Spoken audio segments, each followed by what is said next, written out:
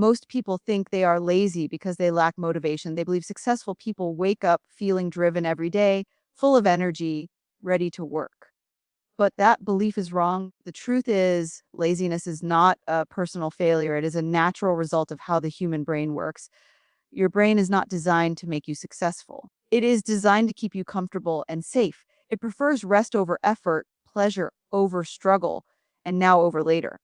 When you choose your phone instead of your goals, it's not because you are weak, it's because your brain is doing exactly what it evolved to do. In today's world, comfort is everywhere. Food is instant, entertainment is endless, discomfort is optional.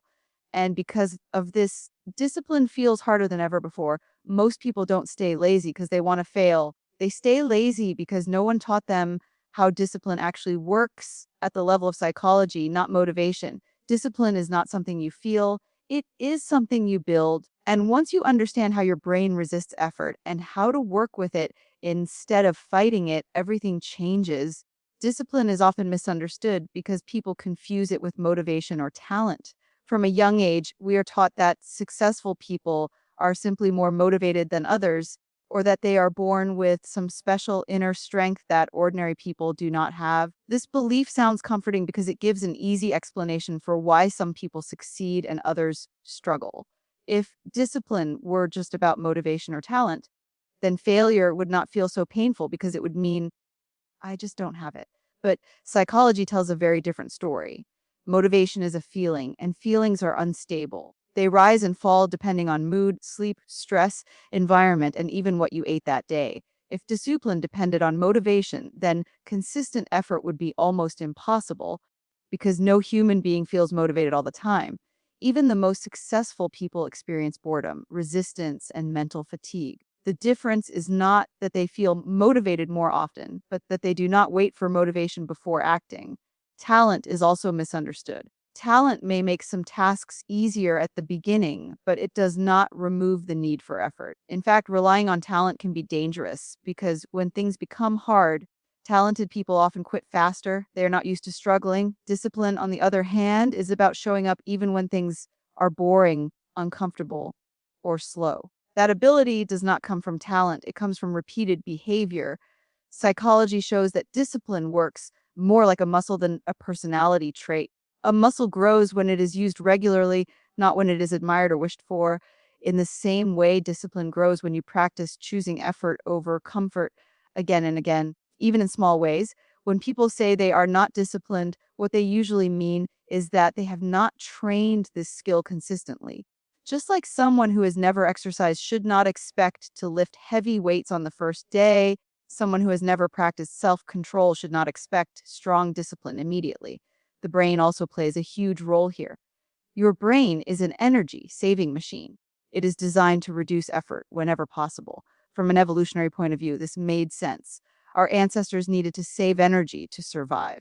Food was scarce, danger was everywhere, and unnecessary effort could be deadly. As a result, the brain learned to reward behaviors that conserve energy and avoid discomfort. This same system is still running today, even though our environment has completely changed. Because of this, when you try to be disciplined, your brain often reacts with resistance. It sends signals like boredom, tiredness, distraction, or excuses. These signals feel very real, and many people mistake them for truth. They think, I don't feel like doing this, so I must not be disciplined. But those feelings are not proof of weakness. They are just the brain doing its job. Discipline does not mean eliminating these feelings. It means acting despite them. This is a crucial psychological shift. Instead of asking, do I feel motivated? Disciplined behavior asks, what action aligns with my goal right now? This shift removes emotion from decision making. When action is no longer dependent on mood, consistency becomes possible. Another important point is that discipline improves through structure, not willpower. Willpower is limited. It gets tired quickly, especially when life is stressful. Discipline becomes sustainable when you design your environment in a way that makes good choices easier and bad choices harder. This could mean setting routines, reducing distractions, or breaking tasks into small steps.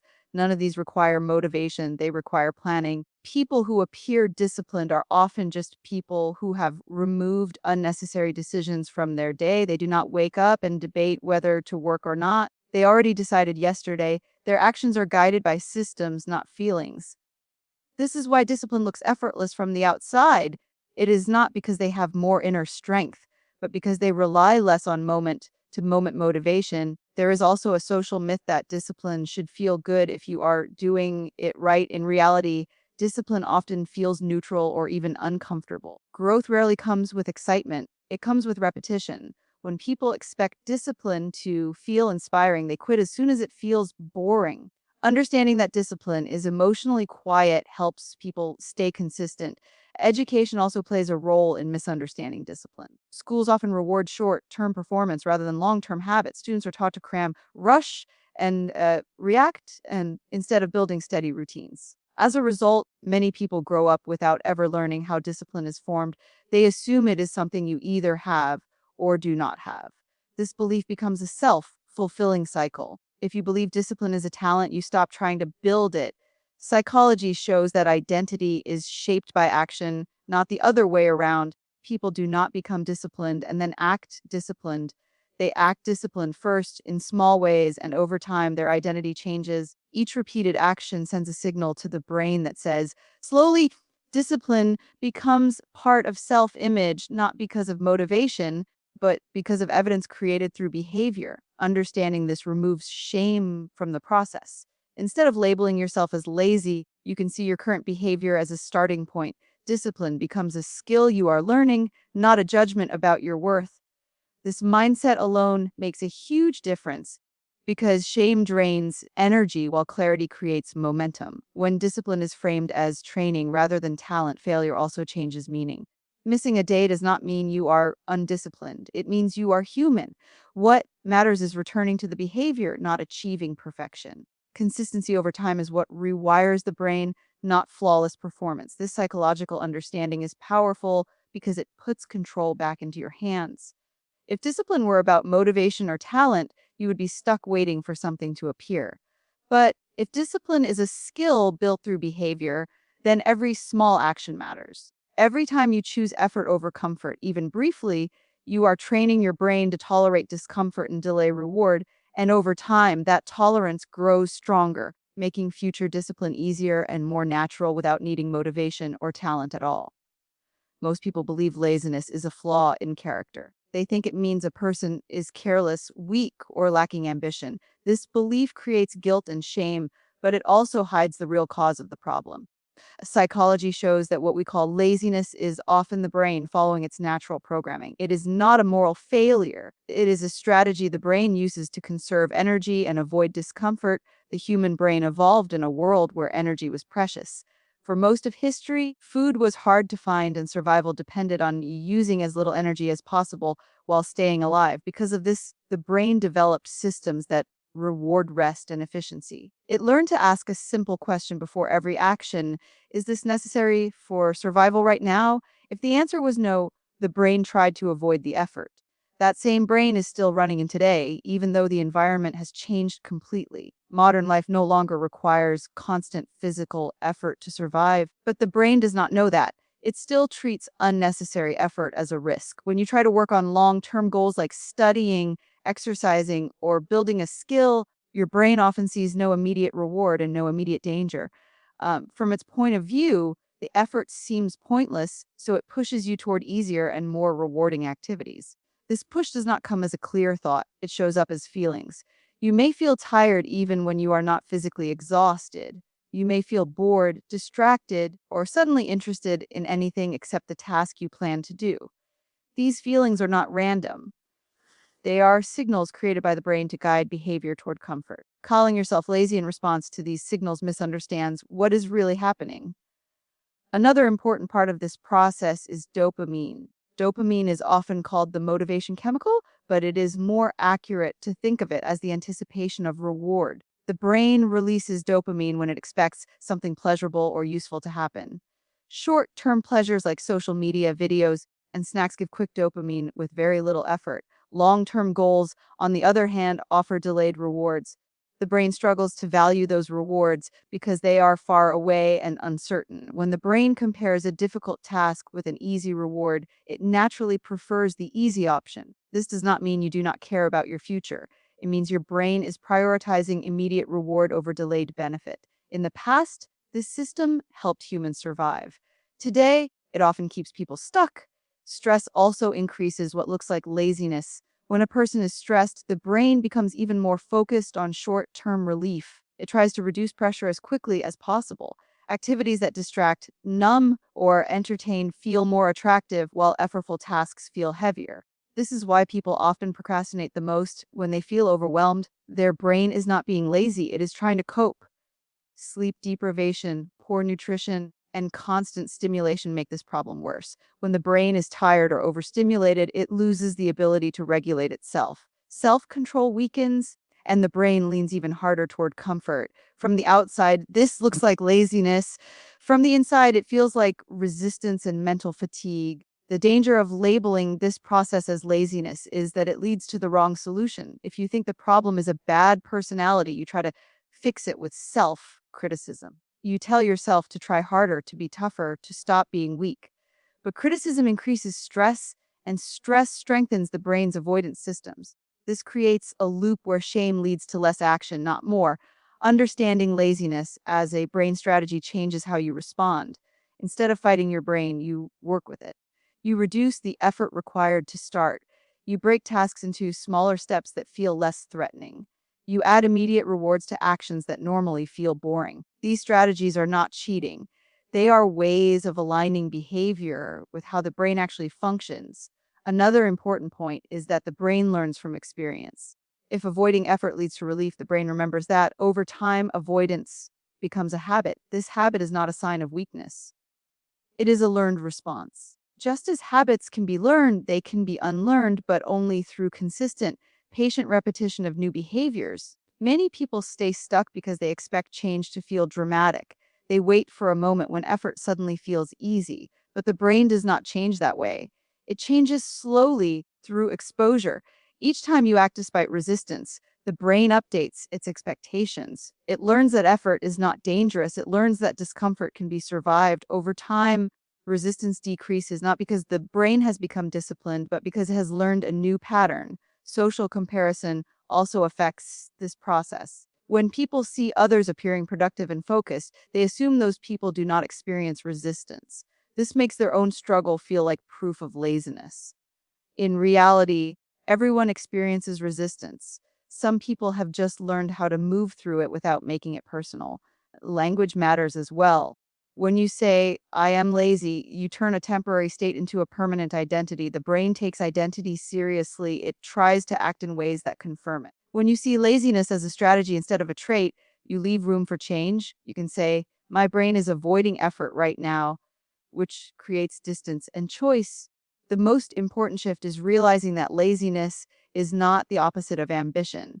Many people who struggle with effort care deeply about their goals. Their frustration comes from wanting more but feeling blocked. That block is not a lack of desire, is a nervous system trying to protect itself from discomfort and uncertainty. When you understand this, discipline stops being about forcing yourself. It becomes about creating conditions where effort feels safer and more manageable. Progress comes from small wins, repeated often, not from sudden bursts of motivation. Over time, the brain learns that effort leads to positive outcomes, and the strategy of avoidance slowly loses its power, replaced by a new pattern that supports growth rather than comfort.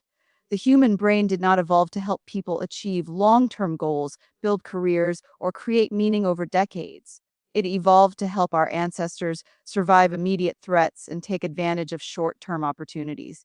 This difference between the brain's original purpose and the demands of modern life explains why comfort so often wins over effort. When people choose ease instead of growth, they are not failing. Their brain is doing what it was designed to do. For most of human history, life was unpredictable and dangerous.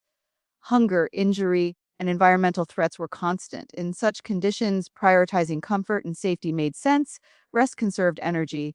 Familiar behaviors reduced risk. Immediate rewards mattered more than distant ones. The brain adapted to this environment by favoring actions that felt safe, familiar, and efficient. That preference still exists today, even though survival no longer depends on it. Comfort signals safety to the brain. When you sit still, consume familiar foods, or engage in effortless entertainment, the brain interprets this as a low risk situation. In contrast, effort often feels like uncertainty.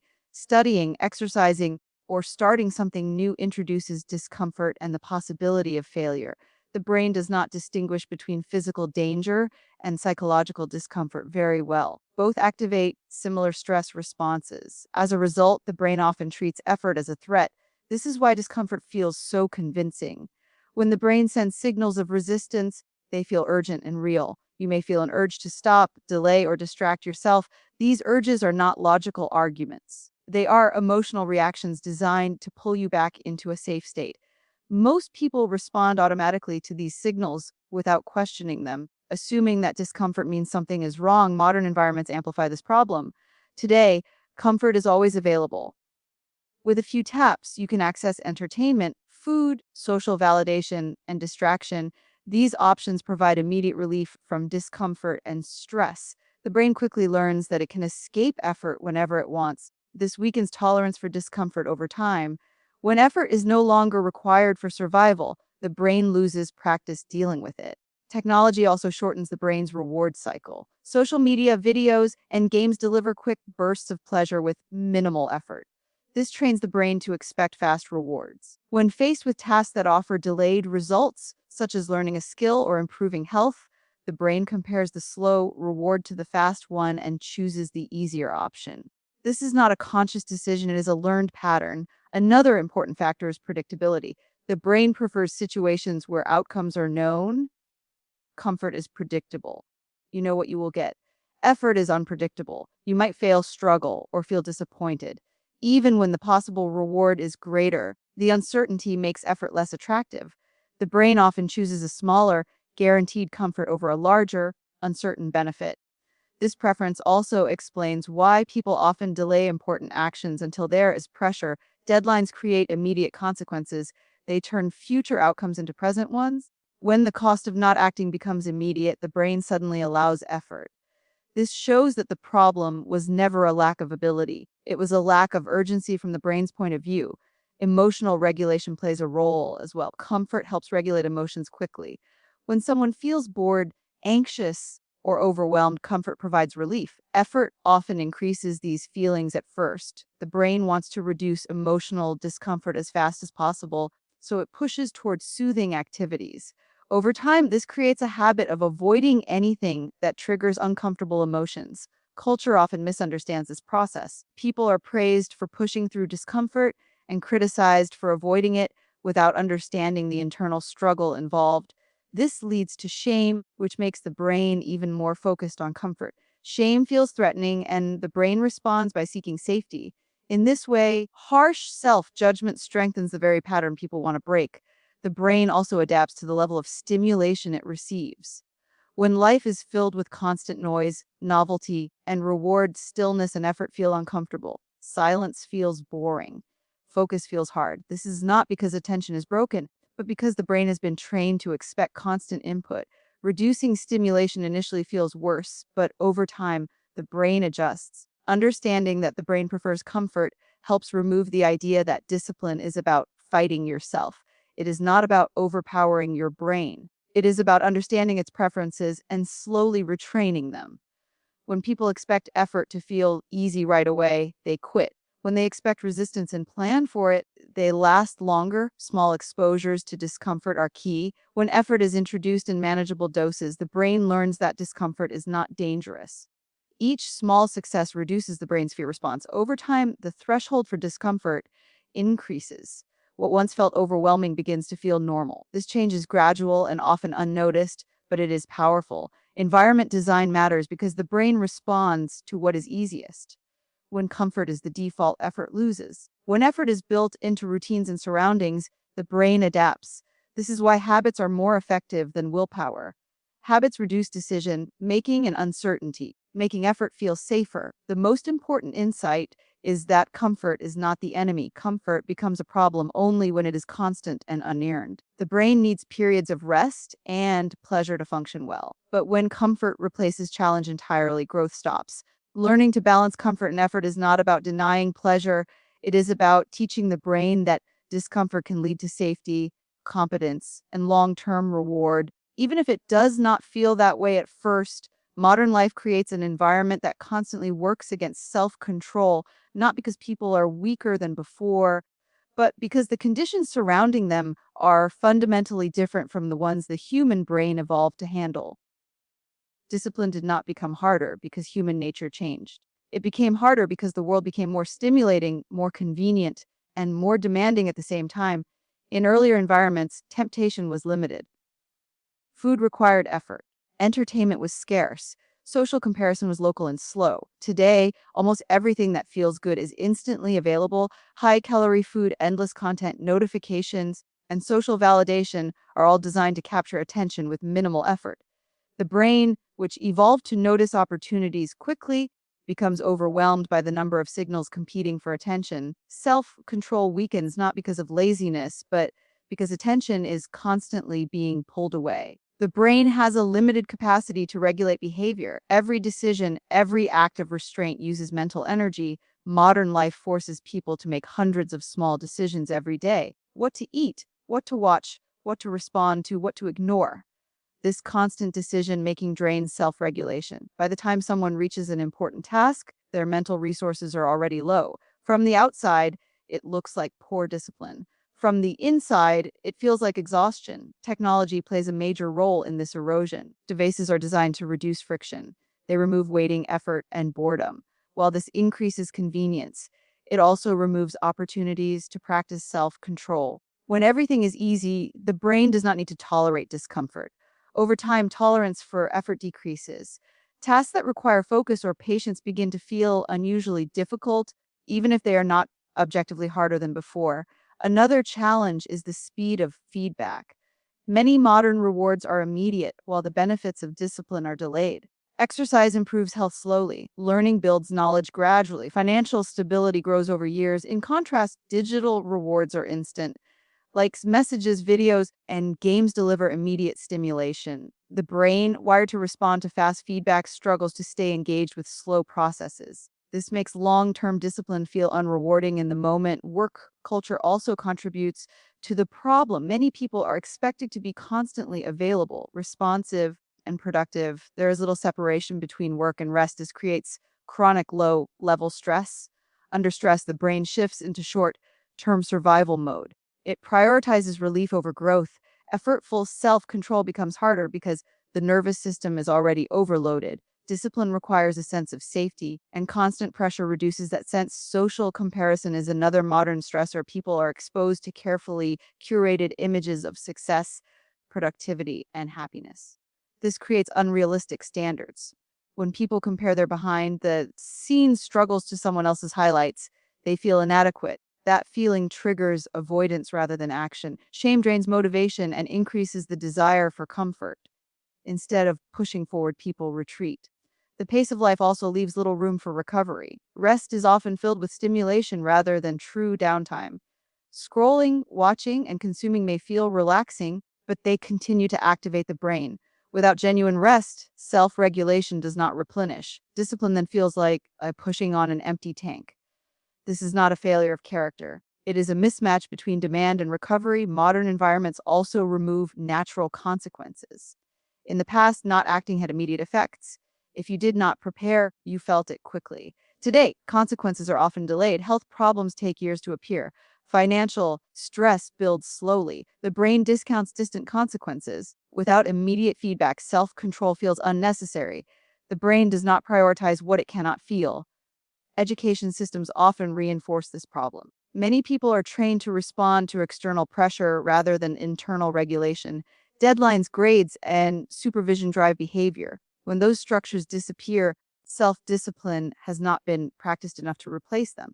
People are expected to manage themselves without having been taught how to build that skill in a distracting world. Another overlooked factor is constant novelty. The brain is highly sensitive to new information. Novelty once helped humans learn and adapt. Now it is exploited. Endless new content keeps the brain scanning instead of focusing. Focus requires ignoring alternatives, but when alternatives are always visible, ignoring them feels harder. The effort required for sustained attention increases, making disciplined work feel unusually draining. Noise, both literal and mental, further reduces self control. Constant input leaves little space for reflection. Without quiet, It is hard to hear internal goals over external signals. Discipline requires clarity, and clarity requires stillness. When stillness is rare, discipline struggles to form. Understanding these pressures changes how discipline should be approached. Instead of blaming individuals, it makes more sense to adjust environments. Reducing distractions, setting boundaries, and simplifying choices are not signs of weakness. They are intelligent responses to a world that constantly pulls attention away. Discipline becomes less about force and more about protection. The goal is not to escape modern life, but to design a relationship with it that supports self control rather than drains it. When people create spaces with fewer temptations, clearer routines, and intentional rest, discipline becomes easier, not effortless, but possible. The struggle many people feel is not proof that they are broken. It is evidence that they are human, trying to regulate ancient brains inside a world that was never designed to be easy to resist. Discipline is often treated as a personality trait, something people either have or do not have. This belief makes discipline feel distant and unreachable for many, as if it belongs only to a special group of people. In reality, psychology shows that discipline is a skill shaped by learning, repetition, and environment. Like any biological ability, it strengthens with practice and weakens when ignored. Understanding this changes discipline from a mystery into a process. The brain is constantly adapting to what you repeatedly do. This ability, known as neuroplasticity, allows behaviors to become easier over time. When an action is repeated, the brain builds stronger neural pathways for it. This applies to both helpful habits and unhelpful ones. If someone repeatedly avoids effort, the brain becomes efficient at avoidance. If someone repeatedly follows through despite resistance, the brain becomes better at persistence. Discipline grows from this repeated exposure, not from sudden inspiration. Training discipline works best when the challenge matches the current ability. When effort is too intense, the brain perceives it as a threat and pushes back strongly. When effort is manageable, the brain stays engaged. This is why small, consistent actions are more effective than dramatic changes. Each successful repetition teaches the brain that effort is survivable. Over time, the threshold for discomfort increases naturally. Friction plays a crucial role in this process. Friction means making certain behaviors slightly harder or easier depending on the desired outcome. When distractions are harder to access and productive behaviors are easier to start, the brain adapts without needing constant willpower. Discipline improves not because of force, but because the path of least resistance changes. The brain follows what is easiest. Delayed reward is another key element. The brain struggles with waiting, but it can learn to tolerate delay through experience. Each time someone chooses a long term benefit over a short term pleasure, the brain practices patience. At first, this feels uncomfortable. With repetition, the discomfort decreases. The brain learns that waiting does not mean loss and that delayed rewards are worth pursuing. Consistency matters more than intensity. A small action done daily trains the brain more effectively than a large action done occasionally. This is because the brain values patterns. Regular exposure creates predictability, and predictability reduces resistance. When an action becomes part of a routine, it no longer feels like a decision, it becomes a default behavior, requiring less mental effort. Emotion regulation also improves with training. Discipline does not remove uncomfortable emotions like boredom, frustration, or doubt. It teaches the brain that these emotions do not need to control behavior. Each time someone acts while feeling discomfort, the brain learns that emotions are temporary signals, not commands. This learning builds emotional resilience, which is a core part of discipline. Feedback reinforces learning. When effort leads to a positive outcome, even a small one, the brain strengthens the behavior. This is why tracking progress, celebrating small wins, and acknowledging effort matters. The brain responds to evidence. Seeing proof that discipline leads to results increases the likelihood of repeating the behavior. Social context influences discipline as well. Being around people who value effort normalizes disciplined behavior. The brain is highly responsive to social cues. When discipline is seen as normal rather than exceptional, resistance decreases. This is why shared routines, accountability, and supportive environments can accelerate discipline training. Importantly, discipline training includes rest. Recovery allows the brain to consolidate learning. Without rest, effort turns into burnout. Discipline is not constant strain. It is a balance between challenge and recovery. This balance teaches the brain that effort does not mean harm, making it more willing to engage again. Failure is part of the training process. Missing a day or slipping into old habits does not erase progress. The brain learns from returning to the behavior after a lapse. Each strengthens identity and confidence. Viewing failure as information rather than proof of weakness keeps the training process intact. Over time, repeated disciplined actions reshape identity. The brain begins to associate effort with self image. This does not happen because of belief, but because of evidence created through behavior. Identity follows action. As identity shifts, discipline feels less forced and more natural. This biological understanding removes the need to wait for motivation. Action comes first, and motivation often follows. When the brain sees consistent behavior, it adjusts expectations.